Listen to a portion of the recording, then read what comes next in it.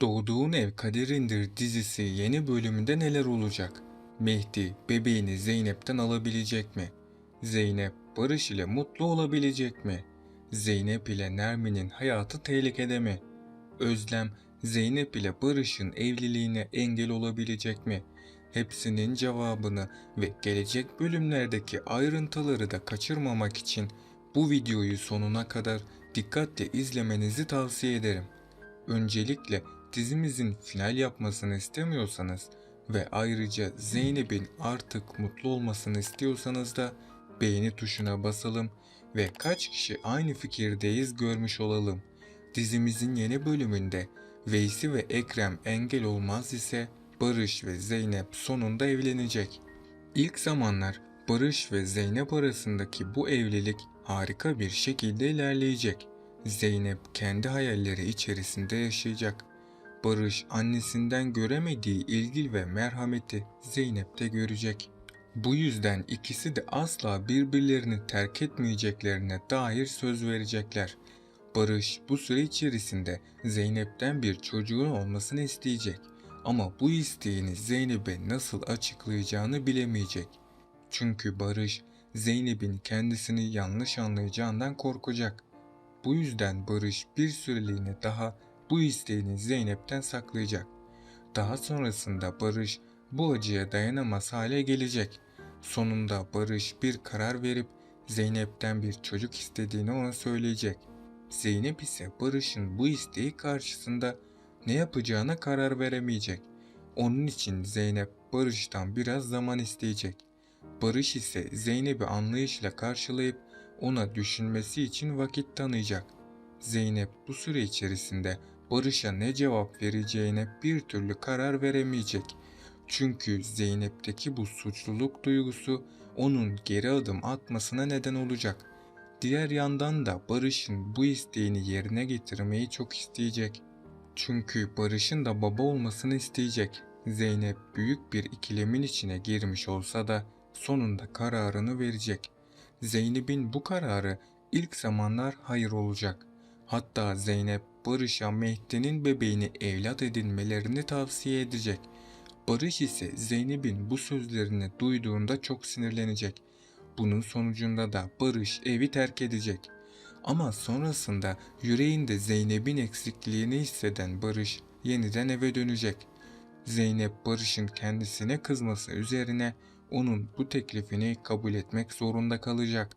Her şey yolunda giderken Zeynep ve Barış'ın evliliklerinde çeşitli sıkıntılar yaşanacak. Çünkü Zeynep her zaman kendisini feda ederek başkalarını korumaya çalışacak. Hatta Zeynep Benel'in bebeğiyle ilgilenmek için yeniden Mehdi'nin yanında olacak.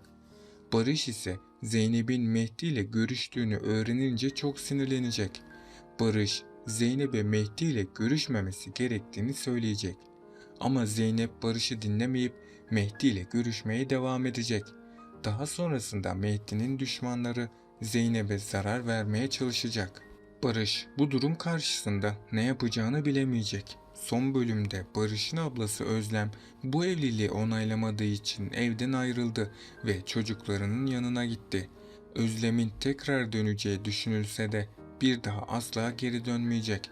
Çünkü Özlem diziden senaryo yüzünden ayrıldı. Öte yandan Zeynep'in hayatı zorluklarla sınanmaya devam ederken Mehdi ile Barış arasındaki büyük gerilimi seyredeceğiz. Nuh'u dinlemeyen Mehdi'nin aslında yanlış olduğu sonraki bölümlerde ortaya çıkacaktır.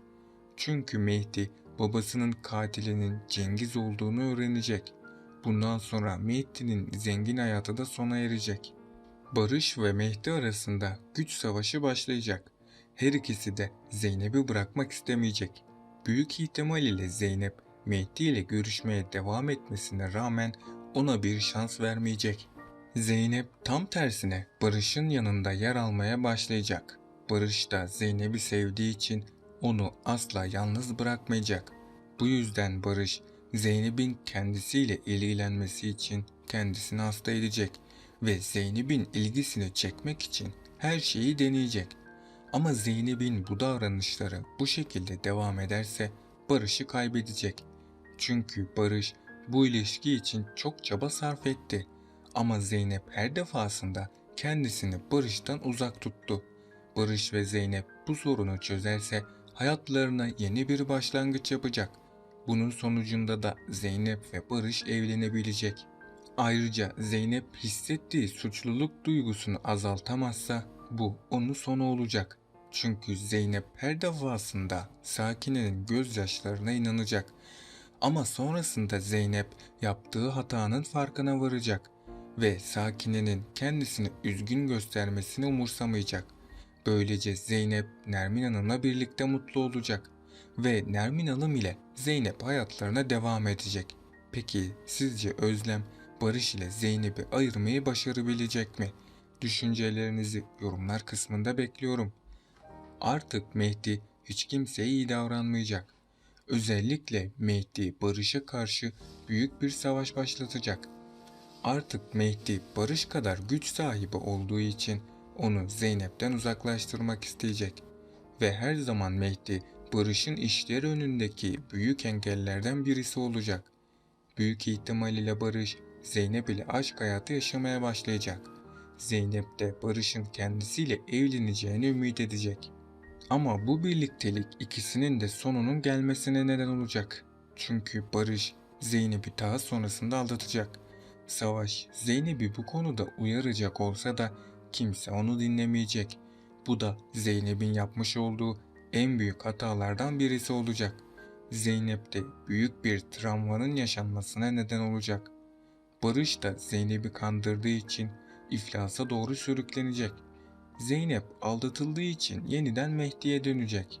Yani Zeynep ve Mehdi yakında tekrardan birlikte. Özlem ise kardeşlerini Zeynep ve ailesinden uzak tutamayacağını anlayınca yeni planlarını uygulamaya çalışacak. Mehdi'nin bundan sonra iyi bir karakter olacağını düşünmüyorum.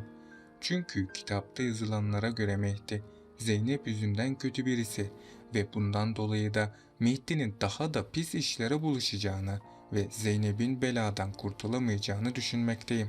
Mehdi ise Cengiz Baba'nın güvenini boşa çıkarmamak için elinden geleni yapacak. Diğer yandan Barış, Mehdi'nin dışarıda olmasından dolayı çok huzursuz şekilde. Çünkü Zeynep'in onu terk edip Mehdi'ye dönme ihtimali çok yüksek. Bu bölümün de sonuna geldik arkadaşlar. Bunun gibi videolarının devamının gelmesini istiyorsanız kanalıma abone olup bu videoyu beğenerek dizimize destek olabilirsiniz. Ayrıca bildirimleri açarak da en yeni videolardan ilk siz haberdar olabilirsiniz. Sonraki videolarda görüşmek üzere, hoşça kalın.